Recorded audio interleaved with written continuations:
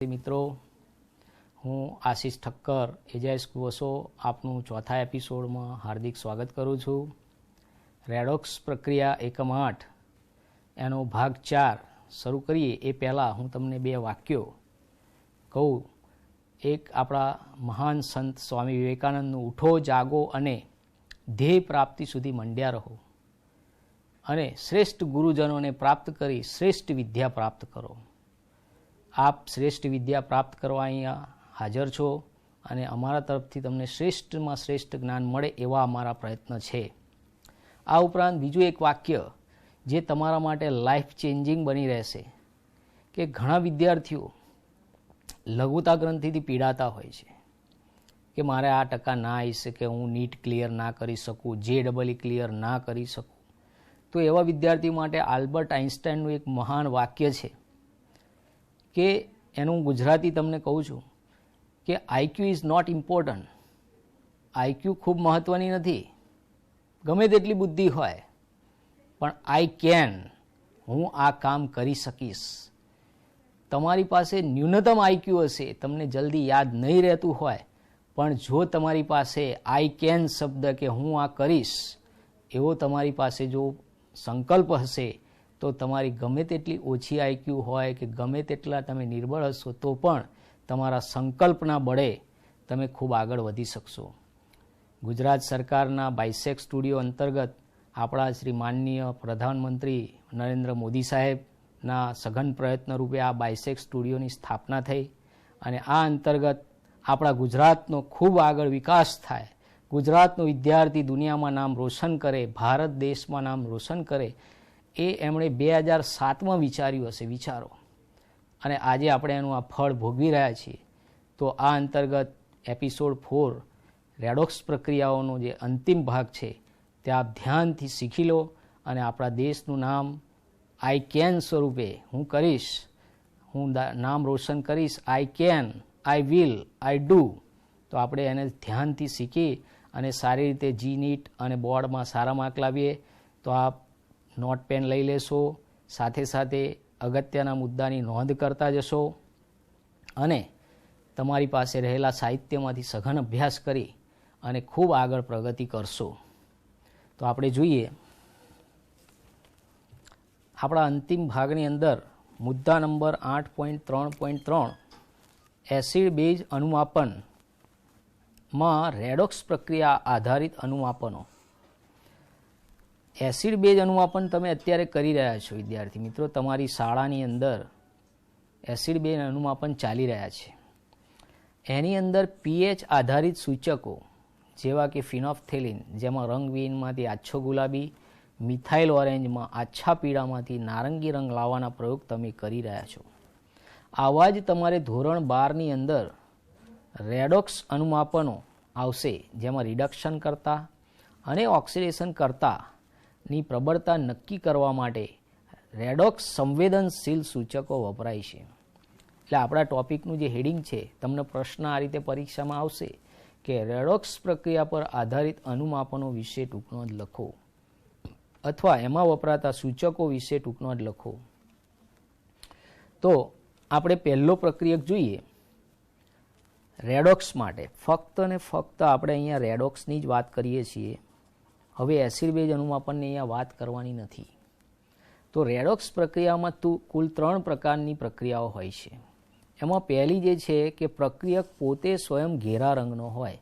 દાખલા તરીકે KMnO4 ઘેરા જાંબુડિયા રંગનું દ્રાવણ છે, તો તેના દ્વારા રિડક્શન કરતા પદાર્થો જેવા કે Fe+2 અને C2O4 એટલે કે ઓક્ઝેલિક એસિડનો પ્રયોગ એના અંતિમ ભાગની અંદર ઓક્સિડેશન પામ્યો હશે ત્યારે દ્રશ્યમાન અંતિમ બિંદુએ ગુલાબી રંગ પ્રાપ્ત કરશે. અને અહીં જે ગુલાબી રંગ કેમ આવ્યો એનું કારણ પ્રક્રિયા દરમિયાન રહેલો MnO4 એટલે કે આ જે KMnO4 આપણો જે છે જાંબુડિયા રંગનો, એનો MnO4 આયન 10⁶ મોલ પર ડેસીમીટર ક્યુબ સાંદ્રતાએ ગુલાબી રંગ આપશે. આ પ્રક્રિયા તમારે ધોરણ 12માં રેડોક્સ પ્રક્રિયા રેડોક્સ અનુમાપનો કરવાના રહેશે. એ જ રીતે બીજી રેડોક્સ પ્રક્રિયા છે ડાયક્રોમેટ, એક પોટેશિયમ ડાયક્રોમેટના અનુમાપનો આવશે.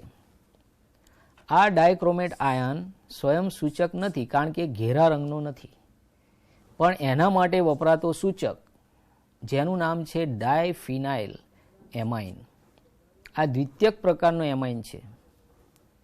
આ સૂચક જે છે અંતિમ બિંદુએ ઘેરા વાદળી રંગ એટલે આછા લીલામાંથી ઘેરા વાદળી રંગ આપશે. અહીંયા એવો પ્રયોગ આવશે કે 0.1 normal K2Cr2O7નું X normal FeSO4 7H2O વડે અનુમાપન કરો અને મોલારિટી, નોર્માલિટી, ગ્રામ પ્રતિ લીટર વગેરે શોધો, આવું પૂછાશે. અને એવો જ ત્રીજો આપણા માટે સૂચક જે છે કે જે અન્ય પદ્ધતિ જેને આયોડીમેટ્રી કહીએ છીએ. અત્યારે હાલ કોલેજ લેવલે આયોડીમેટ્રી કરાવવામાં આવે છે. એ આયોડીમેટ્રીમાં પ્રક્રિયા Cu+2 એની 4I- આયોડાઇડ આયન સાથે Cu2I2નો જે વાદળી રંગ આવશે અને આયોડીન છૂટો પડશે. અહીંયા આયોડીનની સ્ટાર્ચ સાથેની ઘેરા વાદળી રંગ આપવાની પ્રક્રિયા એટલે સ્ટાર્ચની હાજરી, તમારા બાયોલોજીમાં પણ આનો પ્રયોગ આવશે કે સ્ટાર્ચ આપેલા નમૂનામાં સ્ટાર્ચ છે કે નહીં. તો તમારે ઘીની અશુદ્ધિ શોધવી હોય તો ઘીમાં બટાકાની અશુદ્ધિ નાખેલી હોય તો એ સ્ટાર્ચ કહેવાય. તો એ સ્ટાર્ચની અંદર જો આ તમે આયોડાઇડ આયન નાખો, પોટેશિયમ આયોડાઇડ નાખો અને NaOH નાખો અને વાદળી રંગ જો આવે તો સ્ટાર્ચ હાજર એમ કહી શકાય. એટલે તમે ઘીમાં રહેલી ભેળસેળ શોધી શકો છો.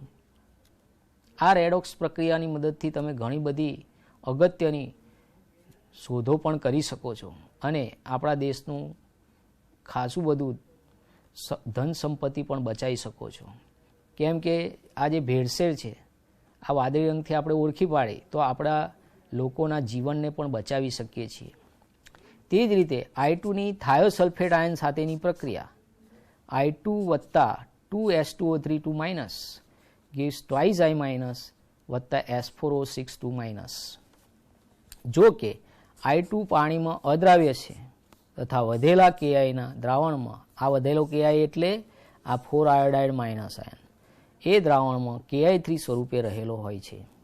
અહીંયા iodide ion I- Cu+2 ion સાથે પ્રક્રિયા કરી આયોડીન સ્ટાર્ચ સાથે ઘેરો વાદળી રંગ આપશે અને થાયોસલ્ફેટથી રંગ દૂર થાય છે. વિદ્યાર્થી મિત્રો, આ તમારી 3 પ્રકારની કુલ રેડોક્સ અનુમાપનોની વાત થઈ. એમાં પહેલું જે છે તમારી પાસે KMnO4 સ્વયં સૂચક છે, બીજો છે K2Cr2O7 જેમાં ડાયફિનાઇલ એમાઇન સૂચક છે, અને ત્રીજો જે છે આયોડીનવાળો એમાં પોટેશિયમ આયોડાઇડ સાથે ઘેરા વાદળી રંગની પ્રક્રિયા આપશે. આમ રેડોક્સ પ્રક્રિયાઓ પર આધારિત અનુમાપનો આપણે કહી શકીએ છીએ. હવે જે પ્રશ્ન જે છે બહુ જ અગત્યનો પ્રશ્ન જે છે અત્યાર સુધી આપણે જે ભણ્યા વિદ્યાર્થી મિત્રો, હવે જે પ્રશ્ન છે 8.3.4 ઓક્સિડેશન આંકની સંકલ્પનાની મર્યાદા. તો સમય સાથે જેમ જેમ સંશોધનો થાય, વિકાસ થાય, તેમ વ્યાખ્યાઓ બદલાતી હોય છે. અત્યાર સુધી આપણે જોયું કે ઇલેક્ટ્રોન મેળવે અને ઇલેક્ટ્રોન ગુમાવે. હવે આ કોન્સેપ્ટ ચાલશે નહીં. એટલે કે હવે નવા સંશોધન પ્રમાણે ઓક્સિડેશન પ્રક્રિયા કોને કહેવી? તો આપણે ગુમાવી દે, મેળવી દે એવું નહીં, પણ ઇલેક્ટ્રોનની ઘનતામાં થતો ઘટાડો એટલે ઓક્સિડેશન. એટલે આ આપણા માટે નવો શબ્દ છે, ઘનતા. અત્યાર સુધી આપણે એવું કહેતા હતા કે ઇલેક્ટ્રોન મેળવે અથવા ગુમાવે, પણ અહીંયા એવું નથી કે સંપૂર્ણ કોઈ જગ્યાએથી ઇલેક્ટ્રોન દૂર ના થઈ જાય. વિદ્યાર્થી મિત્રો વિચારો કે અત્યાર સુધી આપણે એવું વિચાર્યું કે ઇલેક્ટ્રોન રિમૂવ થઈ ગયો અને ઇલેક્ટ્રોન મેળવે છે, મેળવે એટલે રિડક્શન અને ગુમાવે એટલે ઓક્સિડેશન આપણે કહી દીધું. પરંતુ આધુનિક સંશોધન એવું કહે છે કે કોઈપણ જગ્યાએથી સંપૂર્ણપણે ઇલેક્ટ્રોન દૂર નથી થતો કે કોઈપણ જગ્યાએ સંપૂર્ણ ઇલેક્ટ્રોન દાખલ નથી થઈ જતો. તો શું થતું હશે? તો ઘનતામાં વધારો અથવા ઘટાડો. હવે ચલો ઇલેક્ટ્રોનની ઘનતા વધે એટલે ઋણભાર વધે, એટલે રિડક્શન થયું કહેવાય, અને ઇલેક્ટ્રોનની ઘનતા ઓછી થાય એટલે કે ઋણભાર ઘટ્યો એટલે ઓક્સિડેશન કહેવાય. એટલે આધુનિક સંશોધન પ્રમાણે ઓક્સિડેશન આંક અને એની ગણતરી ઘનતા ઉપર આધારિત ભાવિ સંશોધનો થશે અને નવો જ કોન્સેપ્ટ અમલમાં આવી શકે છે. તો વિદ્યાર્થી મિત્રો જુઓ કે રિડક્શન એટલે ઇલેક્ટ્રોનની ઘનતામાં થતો વધારો, કારણ કે ઋણભાર વધે એટલે રિડક્શન કહેવાય. તો આ તમારી સંકલ્પના જે અત્યાર સુધી ભણ્યા એની આ મર્યાદા છે કે આપણે એની ઘનતાને ધ્યાનમાં લીધા સિવાય સંપૂર્ણ ઇલેક્ટ્રોન દૂર થાય છે અથવા તો ઇલેક્ટ્રોન ઉમેરાય છે એવું આપણે ધ્યાનમાં લીધું. પણ આધુનિક સંશોધનો આ મર્યાદિત બનાવે છે કે ઘનતાને ધ્યાનમાં લેવી જોઈએ. હવે જે ખૂબ અગત્યનો તમારા માટે પ્રશ્ન છે કે રેડોક્સ પ્રક્રિયાઓ અને વિદ્યુત ધ્રુવ પ્રક્રમો. તો આપણી પાસે એક કોષ બનાવેલો છે. હવે મેં તમને શરૂઆતમાં વાત કરેલી કે આપણે રેડોક્સ પ્રક્રિયાનો ઉપયોગ કરી અને વિદ્યુત ઉત્પન્ન કરી શકીએ છીએ અને કોષનું નિર્માણ કરી શકીએ છીએ. તો આ વિદ્યુત કેવી રીતે ઉત્પન્ન થતું હશે, આ કોષ કેવો બનાવવો પડતો હશે કે જેથી આપણે ઘરમાં પણ વીજળી પેદા કરી શકીએ રસાયણોના ઉપયોગથી. તો રસાયણનો ઉપયોગ કરી અને વિદ્યુત ઉત્પન્ન કરવી હોય, તમે ઘણા વિજ્ઞાન મેળામાં આવા ઘણા પ્રયોગ જોયા હશે કે બટાકામાંથી વિદ્યુત પેદા કરવી કે ભાઈ લીંબુમાંથી વિદ્યુત પેદા કરવી. તો એમાં તમે જુઓ કે બે બટાકાના કે બે લીંબુ મૂકી એમાં બે પ્લેટ ગોઠવી અને લાઇટ ચાલુ થાય છે. તો એ શા માટે ઉત્પન્ન થઈ વીજળી?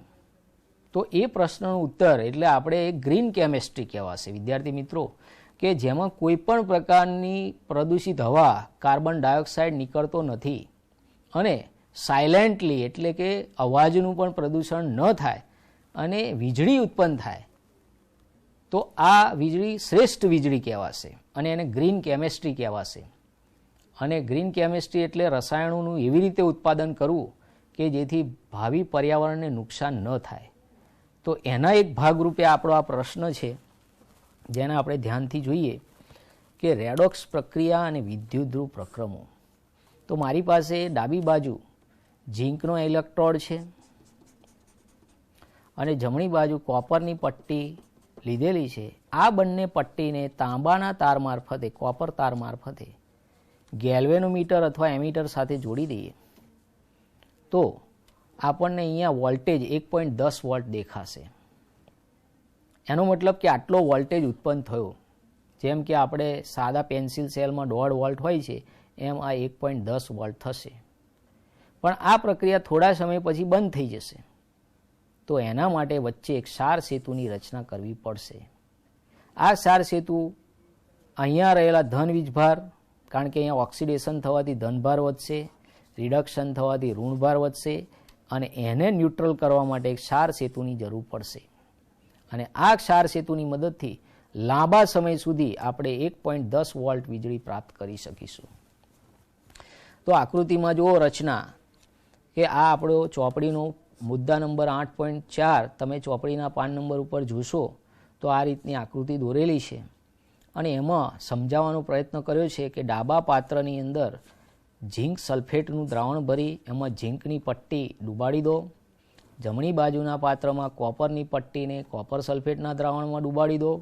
બંનેને તાંબાના તાર મારફતે બાહ્ય પરિપથમાં જોડીએ અને વચ્ચે એક ક્ષાર સેતુ મૂકી દઈએ તો નીચે મુજબ પ્રક્રિયા થશે કે ડાબી બાજુનું પાત્ર ઝીંકનો એનોડ બનશે અને Zn+2+2 ઇલેક્ટ્રોન મુક્ત કરશે. એ જ રીતે જમણી બાજુનું પાત્રમાં કોપર +2નું 2 ઇલેક્ટ્રોન મેળવવાથી કોપરમાં રૂપાંતર થશે અને પરિણામે કોપર અહીંયા જમા થશે. એટલે કે આ પ્લેટનું વજન વધતું જશે અને આ પ્લેટ ધીમે ધીમે ખવાતી જશે અને આ પ્લેટનું વજન ઘટતું જશે. હંમેશા યાદ રાખો કે જે ધ્રુવ એનોડ હશે તે ખવાઈ જશે અને જે ધ્રુવ કેથોડ હશે તે જમા થતો જશે. એટલે કે ડાબી બાજુના પાત્રમાં ઓક્સિડેશન થવાથી ઇલેક્ટ્રોન ઉત્પન્ન થયા, પરિણામે અહીંયા એનોડ ઉપર ઋણ સંજ્ઞા દર્શાવેલી છે. એટલે વિદ્યાર્થી મિત્રો ઘણી વખત આપણને એવો પ્રશ્ન થાય કે એનોડ ઉપર માઇનસ કેમ? તો તો એનું કારણ કે પ્રક્રિયા દરમિયાન ઉત્પન્ન થયેલા ઇલેક્ટ્રોન અહીંયા ભેગા થશે, આ એનોડ ઉપર ભેગા થશે અને પરિણામે અહીંયા ઇલેક્ટ્રોનની ઘનતા વધી ગઈ અને પરિણામે એને માઇનસ નિશાની વડે રજૂ કરવામાં આવે છે. અને એ જ રીતે કેથોડને અહીંયા આ માઇનસ છે માટે કેથોડને પ્લસ સ્વરૂપે લખવામાં આવે છે. આ ખાસ સંજ્ઞાને તમે ધ્યાનમાં રાખશો તો તમારો પ્રશ્ન કદી ખોટો પડશે નહીં. અહીંયા જો પ્રક્રિયાનું તાપમાન 298 કેલ્વિન, સાંદ્રતા 1 મોલર અને જો દબાણ હોય તો 1 બાર રાખીએ તો મળતો કોષ પોટેન્શિયલ જે આપણને આ મળ્યો 1.10 વોલ્ટ એને પ્રમાણિત કોષ પોટેન્શિયલ એટલે કે E0 સેલ વડે દર્શાવવામાં આવે છે. એ જ રીતે આપણી પાસે બીજો એક હાઇડ્રોજન વિદ્યુત ધ્રુવ છે. એમાં આપણે પ્લેટિનમની પટ્ટીને ડૂબાડેલી હોય છે અને આજુબાજુ મર્ક્યુરી ભરેલું હોય છે અને એમાં હાઇડ્રોજન વાયુ દાખલ કરવામાં આવે છે. આ હાઇડ્રોજન ધ્રુવની પોટેન્શિયલની માત્રા 0.0 વોલ્ટ છે, જેને સંદર્ભ ધ્રુવ તરીકે ઓળખવામાં આવે છે. કેમ કે જે કંઈ ધ્રુવના પોટેન્શિયલ આપણે માપીએ છીએ એ બધા હાઇડ્રોજનની સાપેક્ષમાં મળશે, કારણ કે હાઇડ્રોજનનો પોટેન્શિયલ કેટલો સ્વીકારેલો છે? 0. માટે જે કંઈ પોટેન્શિયલ મળશે એ બીજા ધ્રુવનો હશે. જેમ કે આ આકૃતિ છે, બરાબર. આ આકૃતિમાં આપણે આ ઝીંકનો જે એનોડ છે એને કાઢી નાખીએ અને એની જગ્યાએ હાઇડ્રોજન ધ્રુવને અહીંયા આ જે મેં દોર્યો એવી રીતનો હાઇડ્રોજન ધ્રુવ અહીંયા ગોઠવી દઈએ તો અહીંયા જે વોલ્ટેજ બતાવશે એ હાઇડ્રોજનનો તો 0 છે, એટલે જે કંઈ વોલ્ટેજ આવશે એ કોપર ધ્રુવનો આવશે. એવી રીતે બીજા ધ્રુવ બદલતા જઈએ તો આપણને જુદા જુદા ધ્રુવના પોટેન્શિયલ હાઇડ્રોજન ધ્રુવ દ્વારા મળી શકે. માટે હાઇડ્રોજન ધ્રુવને સંદર્ભ ધ્રુવ તરીકે, રેફરન્સ ઇલેક્ટ્રોડ તરીકે ઓળખવામાં આવે છે, જે અન્ય ધ્રુવના ઇલેક્ટ્રોન પોટેન્શિયલ કે EMFની માપણી માટે વાપરી શકાય. હવે આપણી પાસે આપણા પાઠ્યપુસ્તકમાં રહેલી EMF શ્રેણી એને આધારિત કેટલાક પ્રશ્નો જે છે એ તમને હું બતાવું છું. તો વિદ્યાર્થી મિત્રો, આપ EMF શ્રેણીને ધ્યાનથી જુઓ. આ EMF શ્રેણી તમારા પુસ્તકના પાન નંબર 271 ઉપર આપેલી છે અને એ EMF શ્રેણીને જોઈને હવે જે હું તમને ચલાવું છું એ પ્રશ્નો હવે ધ્યાનથી EMF શ્રેણી જોડે રાખીને સોલ્વ કરવાની છે. તો તમે તમારા પાઠ્યપુસ્તકનું પાન નંબર 271 ખુલ્લું રાખશો અને સાથે સાથે જે હું પ્રશ્નો તમને કરાવી રહ્યો છું એને નોંધતા જશો અને જેથી પરીક્ષામાં પણ તમે સારી રીતે એને સોલ્વ કરી શકશો. પરીક્ષાની અંદર તમને EMF શ્રેણી આપેલી હશે નહીં, પરંતુ તમને કૌંસની અંદર પોટેન્શિયલ આપેલા હશે. એ પોટેન્શિયલ તમને આપી દીધા હોય, તમારે માત્ર ને માત્ર એની કમ્પેરિઝન કરવાની છે અને સાચી વસ્તુ શોધવાની છે. એટલે તમારા માટે એક સારામાં સારો આ ફાયદો છે કે તમારે માત્ર સરખામણી શીખવાની છે, અહીંયા તમારે શ્રેણી ગોખવાની નથી. એટલે મેં તમને કહ્યું કે પાના નંબર 271ની શ્રેણી તમે ધ્યાનમાં રાખો, જોડે રાખો અને હવે જે આપણે પ્રશ્નો છે એ સોલ્વ કરીએ. એટલે શ્રેણી ઉપર આધારિત પ્રશ્નો હોવાથી આપણે એને સોલ્વ કરીશું.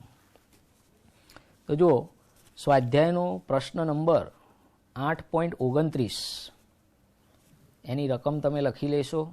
આ રીતની રકમ આપેલી છે આપણને, ઓલરેડી પોટેન્શિયલ આપી જ દીધા છે તમને. આ શ્રેણી જે છે મેં તમને અગાઉના વિડીયોમાં તમને સમજાઈ કે નીચે જે શ્રેણીમાં હોય નીચેના ભાગે એના ઋણ પોટેન્શિયલ છે અને ઉપર જઈએ છીએ એમ પોટેન્શિયલ ધન થાય છે. નીચે જે હોય છે એ એનોડ બને છે અને ઉપર જે હોય છે એ કેથોડ બને છે. આટલી વસ્તુ તમે ધ્યાનમાં રાખશો તો તમને બધા જ પ્રશ્નોનો જવાબ આવડી જશે. હવે આપણી પાસે અહીંયા નીચે પ્રમાણિત વિદ્યુત ધ્રુવના પોટેન્શિયલ આપ્યા છે. પોટેશિયમ પ્લસમાંથી પોટેશિયમ એટલે રિડક્શન -2.93 વોલ્ટેજ, Ag પ્લસમાંથી Ag -0.80 વોલ્ટેજ, Hg+2માંથી Hg 0.79 વોલ્ટેજ, Mg+2માંથી Mgનો વોલ્ટેજ -2.37 વોલ્ટેજ અને Cr+3માંથી Crનો -0.74 વોલ્ટેજ. હવે પ્રશ્ન એવો છે કે રિડક્શનની ક્ષમતા ચડતા ક્રમમાં ગોઠવો. તો જે એનોડ છે એ રિડક્શન કરવા સક્ષમ છે, એટલે રિડક્શન કરતા કહેવાય. એટલે કે જેનો પોટેન્શિયલ વધુ ઋણ હોય તેની ક્ષમતા વધુ થશે. ચાલો, ધેટ્સ ક્લિયર સ્ટુડન્ટ્સ. વિદ્યાર્થી મિત્રો, આ વસ્તુ મગજમાં ફિટ કરી લો કે જેનો વધારે ઋણ પોટેન્શિયલ હશે તેની રિડક્શન કરવાની ક્ષમતા વધારે હશે. આપણે અહીંયા રિડક્શનની ક્ષમતાના ચડતા ક્રમમાં, એટલે ઓછાથી વધુ તરફ, ઓછી ક્ષમતાથી વધુ ક્ષમતા કોની? જેનો નેગેટિવ હોય, અને ઓછી કોની? જેનો પોઝિટિવ અથવા ઓછો નેગેટિવ હોય. તો આપણે હવે એને ગોઠવીએ કે ચલો એજી તો એનો પોઝિટિવ છે, જો, એટલે કે એની ક્ષમતા કેવી? ઓછી. આપણે ચડતા ક્રમમાં લઈ જવા છે, તો પછી મર્ક્યુરી, જેનો પોટેન્શિયલ 0.8થી થોડો ઓછો છે, એટલે એની ક્ષમતા વધારે રિડક્શન કરતા. ક્રોમિયમનો -0.74, જેમ માઇનસ થતો જાય તેમ રિડક્શન ક્ષમતા વધે છે. તો જેમ જેમ માઇનસ થતો જાય છે એમ ક્ષમતા વધી, એટલે આ શ્રેણીમાં સૌથી વધુ ઋણ પોટેન્શિયલ પોટેશિયમનો છે, માટે રિડક્શન ક્ષમતાનો સૌથી ઉચ્ચ ક્રમ કોનો આવશે?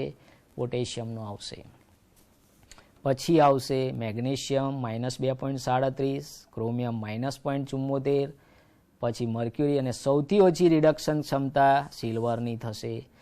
સિલ્વર કોઈનું રિડક્શન ઝડપથી કરતો નથી, જ્યારે પોટેશિયમ ઝડપથી રિડક્શન કરે છે, કારણ કે તેનો ઋણ પોટેન્શિયલ છે, ઇલેક્ટ્રોન દાતા છે, અને ઇલેક્ટ્રોન દાતા હોવાથી બીજાનું રિડક્શન કરે છે, એટલે બીજા તત્વનું રિડક્શન કરશે. એટલે જે ઇલેક્ટ્રોન દાતા છે, અહીંયા સૌથી વધારે પ્રબળ ઇલેક્ટ્રોન દાતા કોણ છે વિદ્યાર્થી મિત્રો? પોટેશિયમ. એટલે રિડક્શન ક્ષમતા પોટેશિયમની સૌથી વધારે, સિલ્વરની રિડક્શન ક્ષમતા સૌથી ઓછી.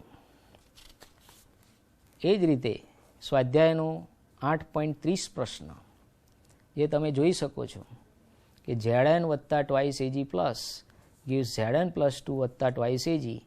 આ પ્રક્રિયા થતી હોય તેવો ગેલ્વેનિક કોષ દોરો અને જણાવો કે કયો વિદ્યુત ધ્રુવ ઋણભારિત છે. જે તમને અગાઉ શીખવાડ્યું કે એનોડ હોય, જે એનોડ બને એ ઋણભારિત થાય. અને કેમ એનોડ ઋણભારિત થાય? કારણ કે એનોડ ઉપર જે પ્રક્રિયા થાય છે એને લીધે ઇલેક્ટ્રોનની ઘનતા વધે, પરિણામે એનોડને ઋણ સંજ્ઞાથી દર્શાવવામાં આવે છે. બીજો પ્રશ્ન છે કોષમાં વિદ્યુત પ્રવાહના વાહક કોણ છે? અને ત્રીજો પ્રશ્ન છે દરેક વિદ્યુત ધ્રુવ પરથી પ્રક્રિયા કઈ થશે? તો આપણે આકૃતિ દોરીએ કે ચલો, જેનું ઓક્સિડેશન થાય એ પાત્ર હંમેશા ડાબી બાજુ, એટલે કે ઝીંકની પટ્ટી એને ZnSO4ના દ્રાવણમાં ડૂબાડી દેવાની છે. અને જેનું રિડક્શન થાય એ કેથોડ બનશે, એને જમણી બાજુએ, એટલે કે સિલ્વરની પટ્ટીને સિલ્વર નાઇટ્રેટના દ્રાવણમાં ડૂબાડી દીધી છે. અને બાહ્ય પરિપથમાં તાંબાના તાર મારફતે જોડી દઈએ અને વચ્ચે ગેલ્વેનોમીટર મૂકી દઈએ. આ તાંબાનો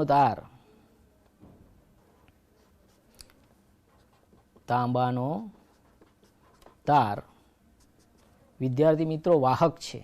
એટલે આપણા પ્રશ્નનો જવાબ જે છે વાહક કોણ છે અને કોના દ્વારા વહન થાય છે? તો તાંબાના તાર મારફતે ઇલેક્ટ્રોનનું વહન થાય છે. પહેલો પ્રશ્ન છે કયા વિદ્યુત ધ્રુવ ઋણભારિત છે? તો જુઓ તમે કે એનોડ એટલે કે ઝીંકની પટ્ટી, એટલે કે એનોડ ઝીંક ધ્રુવ ઋણભારિત છે, અને ઇલેક્ટ્રોન એનોડથી કેથોડ તરફ કોપર તાર મારફતે જાય છે, એટલે કોપર આપણો વાહક છે. અને ત્રીજા પ્રશ્નનો જે ઉત્તર છે કે એનોડ ઉપર થતી પ્રક્રિયા, એટલે કે Zn gives Zn plus 2 electron, અને કેથોડ ઉપર થતી પ્રક્રિયા twice Ag plus 2 electron gives twice Ag. એ જ રીતે આપણો આજના એપિસોડનો અંતિમ પ્રશ્ન તમે ધ્યાનથી શીખી લો વિદ્યાર્થી મિત્રો, કે 8.28મો પ્રશ્ન સ્વાધ્યાયનો છે. નીચે દર્શાવેલી ધાતુઓને તેમના ક્ષારના દ્રાવણમાંથી એકબીજાનું વિસ્થાપન કરવાની ક્ષમતાને આધારે ક્રમમાં ગોઠવો. કોણ કોનું વિસ્થાપન કરી શકે? તો જેનો પોટેન્શિયલ વધુ ઋણ હોય, વધુ નેગેટિવ, તે ઓછા નેગેટિવવાળા અથવા તો ધનવાળા પોટેન્શિયલવાળાનું વિસ્થાપન કરી શકે, નું વિસ્થાપન કરે. આ વસ્તુ યાદ રાખો. અહીંયા આપણી પાસે જે શ્રેણી છે એની ઉપરથી આપણે વોલ્ટેજ પાન નંબર 271 ઉપરથી લખી દેવાના છે સોલ્યુશનમાં. તમને પરીક્ષામાં આપવામાં આવશે. Al+3 માંથી Al -1.66 વોલ્ટેજ, કોપર +2 માંથી કોપર +0.34, Fe+2 માંથી Fe -0.44, Mg+2 માંથી Mg -2.36 વોલ્ટેજ અને Zn+2 માંથી Zn -0.76 વોલ્ટેજ. હવે તમે જુઓ કે જેનો સૌથી વધારે ઋણ વોલ્ટેજ છે એની ક્ષમતા સૌથી વધારે થશે. એટલે કે જેનો પોટેન્શિયલ વધુ ઋણ છે તેની બીજાને વિસ્થાપિત કરવાની ક્ષમતા સૌથી વધારે થશે. કેમ કે મેગ્નેશિયમ સરળતાથી ઇલેક્ટ્રોન ગુમાવશે.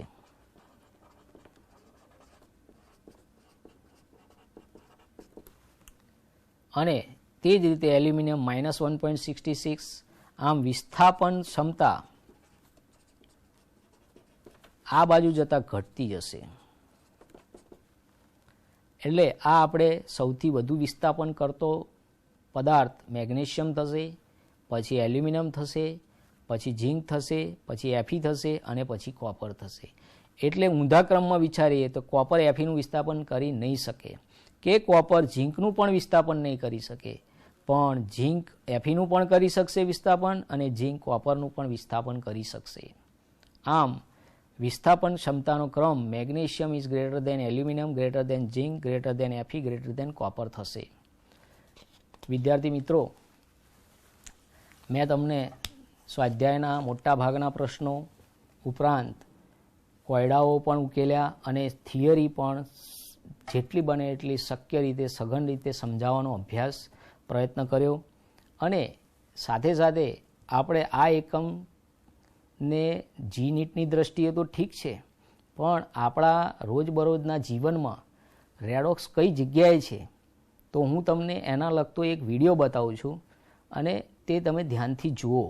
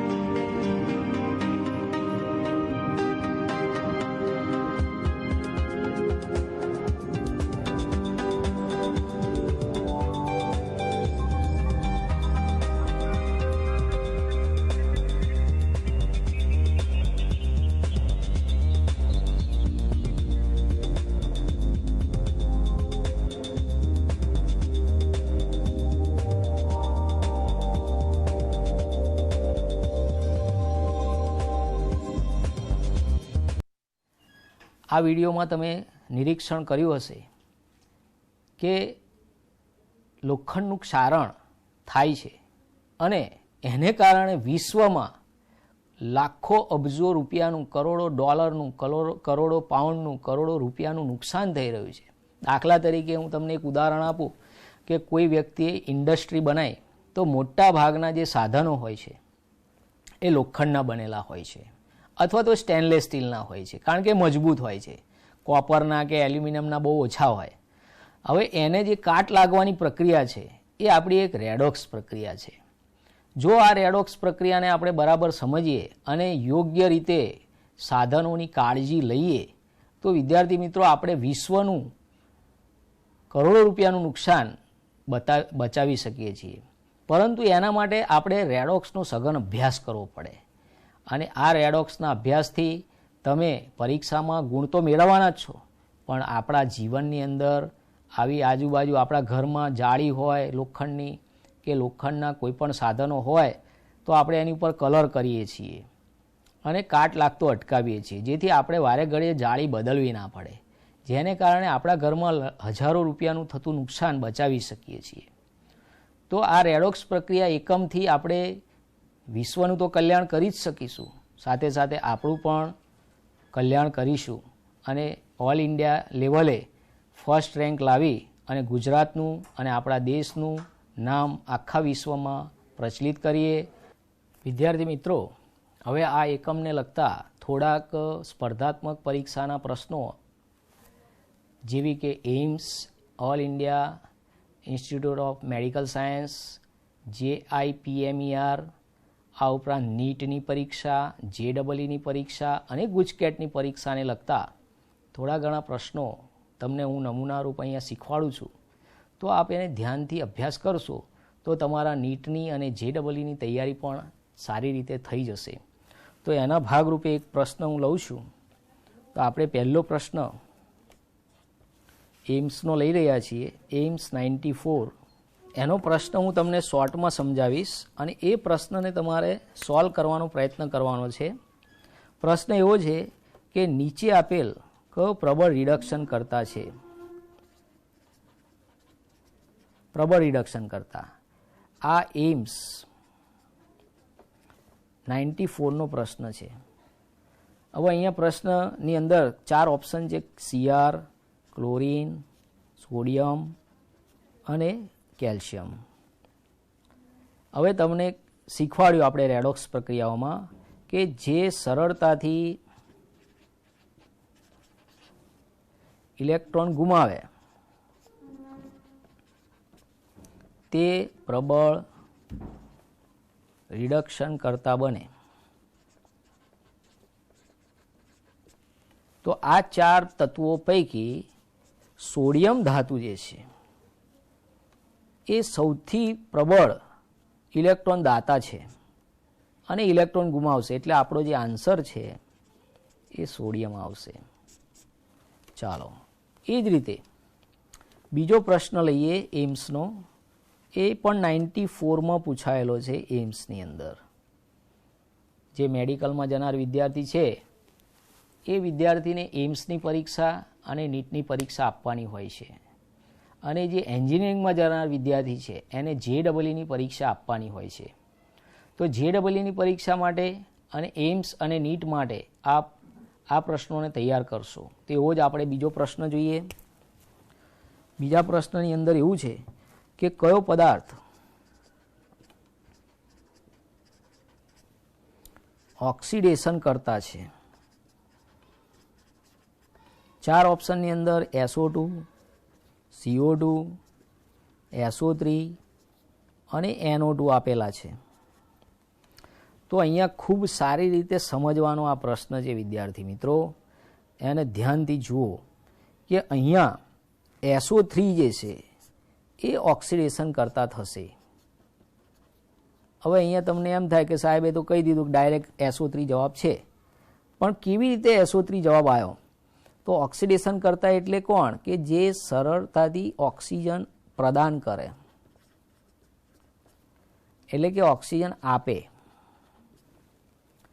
તો SO3 પાસે એક્સ્ટ્રા ઓક્સિજન છે જે આપી શકે છે. જ્યારે CO2માં કાર્બનની અવસ્થા +4 થઈ ગઈ, એ CO2 ઓક્સિજન ગુમાવવાનો નથી સરળતાથી. એ રીતે SO2 પણ ઇલેક્ટ્રોન ઓક્સિજન મેળવી SO3 બને ખરો, પણ SO2માંથી SO ના બની શકે. એટલે SO2 એ ઓક્સિજન મેળવી રિડક્શન કરતા બની શકે, પણ ઓક્સિડેશન કરતા બની શકે નહીં. એવી રીતે NO2 ઓક્સિજન મેળવીને NO3 કે N2O4 બનાવી શકે, પણ NO2 નો NO નથી બનતો. માટે SO3 જે છે એ ઓક્સિજન આપીને SO2 બનાવશે અને બીજાને ઓક્સિજન આપતો હોવાથી તે ઓક્સિડેશન કરતા તરીકે વર્તશે. એ જ રીતે વિદ્યાર્થી મિત્રો, ત્રીજો એક પ્રશ્ન આપણે જોઈએ, એ પણ એમ્સ 95નો પ્રશ્ન છે. એ પ્રશ્નનું હેડિંગ આવું છે, એમ્સ 95. એમાં એવો પ્રશ્ન પૂછાયો છે કે O2 માં ઓક્સિજન, પ્રત્યેક ઓક્સિજનનો ઓક્સિડેશન આંક જણાવો. 4 ઓપ્શનની અંદર -3, -2, -5 અને -1 છે. તો આપણો આન્સર છે -1 કે -2.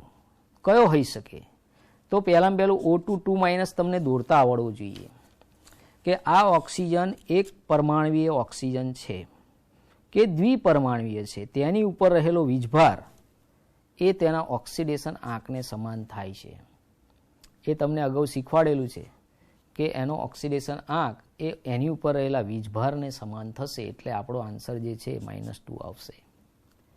એ જ રીતે બીજા પ્રશ્નની આપણે વાત કરીએ, એ એમ્સ 96નો પ્રશ્ન છે.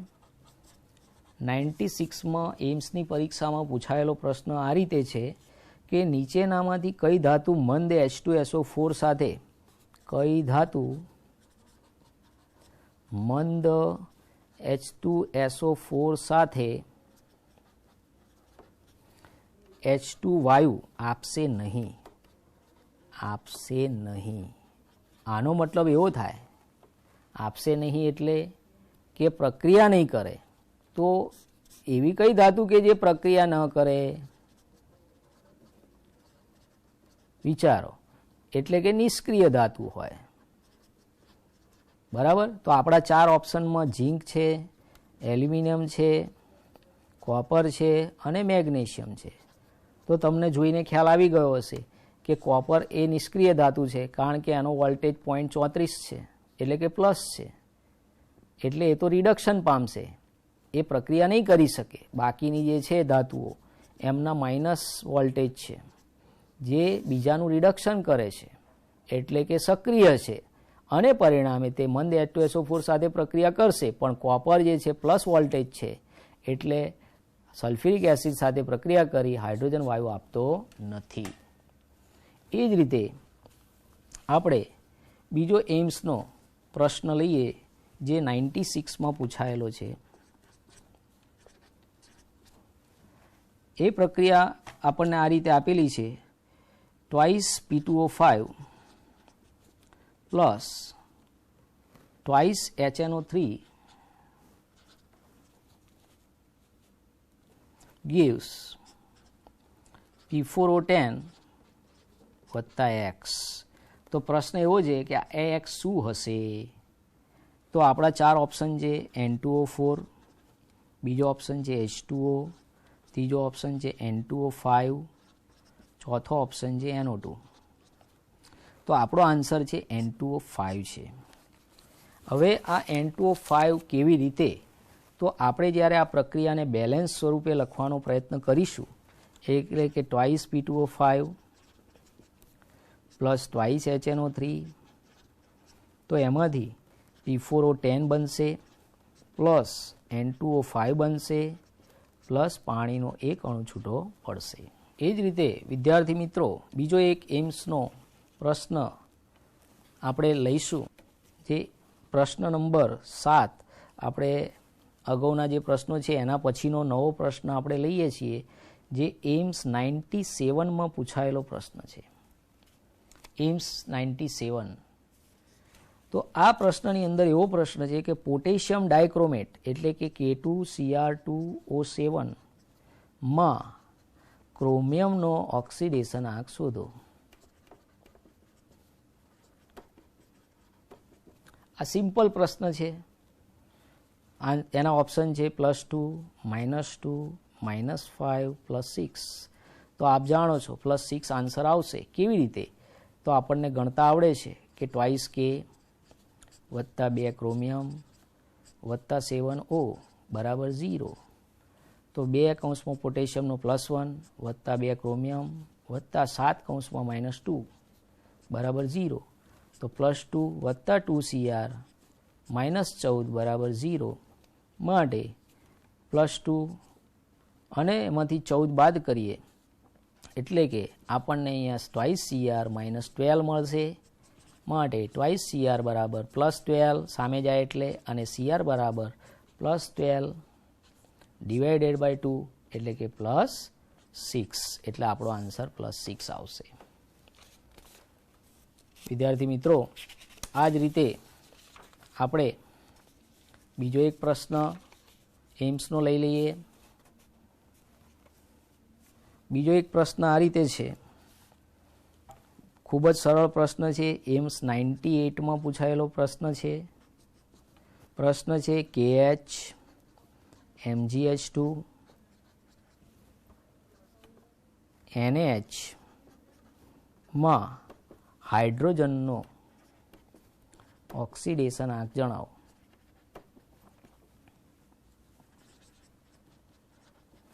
તો ઓપ્શન જે છે, હવે તમે ઓપ્શન જોયા વગર જાતે સોલ્વ કરી શકશો કે આ ધાતુના હાઇડ્રાઇડ છે, અને ધાતુના હાઇડ્રાઇડની અંદર હંમેશા ધાતુ હાઇડ્રાઇડમાં આપણો જે આન્સર છે તમે જાતે વગર ઓપ્શન જોઈ આપી શકો કે કોઈ પણ ધાતુના હાઇડ્રાઇડની અંદર હાઇડ્રોજનનો ઓક્સિડેશન આંક હંમેશા -1 લેવામાં આવે છે. માટે આપણો આન્સર -1 -1 -1 આવશે. એ જ રીતે આપણે બીજો એક એમ્સનો પ્રશ્ન જોઈએ, જે પ્રશ્ન 99માં પૂછાયેલો છે. એમ્સ 99 એમાં OSO4 ઓસ્મિયમ ટેટ્રોક્સાઇડમાં ઓસ્મિયમ નો ઓક્સિડેશન આંક જણાવો. આ પ્રશ્ન આપણો છે. તો અહીંયા આપણે સિમ્પલ રીતે ગણતરી કરીએ કે OS વત્તા 4O બરાબર 0 માટે OS વત્તા 4 કૌંસમાં -2 બરાબર 0. તો OS -8 બરાબર 0 માટે OS બરાબર +8 આવશે. તો જુઓ તમે વિદ્યાર્થી મિત્રો કે આ પરીક્ષાઓ જે છે, આ જ રીતે બીજો એક 2000નો પ્રશ્ન છે. એમાં પ્રશ્ન છે S8 H2S અને S2F2 માં સલ્ફરનો ઓક્સિડેશન આંક જણાવો.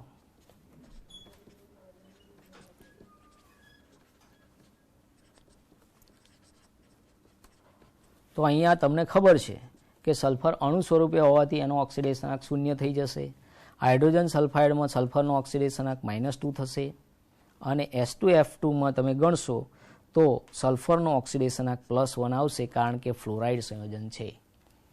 તો વિદ્યાર્થી મિત્રો, આ તમને મેં નમૂનારૂપ પ્રશ્નો બતાવ્યા, જેથી તમને વિશ્વાસ બેસે અને તમે કોન્ફિડન્સથી નીટની પરીક્ષા અને JEEની પરીક્ષા પણ સરળતાથી આપી શકો. તમે પ્રશ્નનું નિરીક્ષણ કર્યું કે આપણે જે એકમમાં તમને અભ્યાસ કરાવ્યો, જો તમે એ એકમને શાંતિથી એકાગ્રતાથી અભ્યાસ કર્યો હશે અને ઘરે એકવાર પ્રેક્ટિસ કરી લેશો, તો હું નથી માનતો કે નીટ હોય કે એમ્સ હોય કે JIPMER પરીક્ષા હોય કે JEEની પરીક્ષા હોય, તમે દરેક પ્રશ્ન આ એકમને લગતા જાતે સોલ્વ કરી શકશો અને સારામાં સારા માર્ક સ્કૂલની પરીક્ષામાં તો ઠીક છે, પણ આપણે ઓલ ઇન્ડિયા લેવલે પણ સારામાં સારો રેન્ક ઘરે બેઠા પણ પ્રાપ્ત કરી શકીએ છીએ.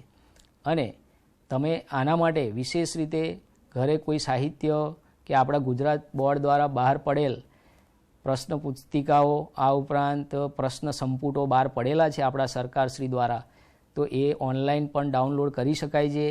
અને એને અભ્યાસ કરશો તો આપણે JEE નીટમાં પણ ઓલ ઇન્ડિયા લેવલે સારો રેન્ક લાવી શકીશું. અંતમાં હું સર્વનો આભાર માનું છું, અને આપ વિદ્યાર્થી મિત્રો ખૂબ સારી રીતે અભ્યાસ કરો અને આપણા રાજ્યનું નામ વંદે ગુજરાત, ગરવી ગુજરાત, શ્રેષ્ઠ ગુજરાત બનાવો અને શ્રેષ્ઠ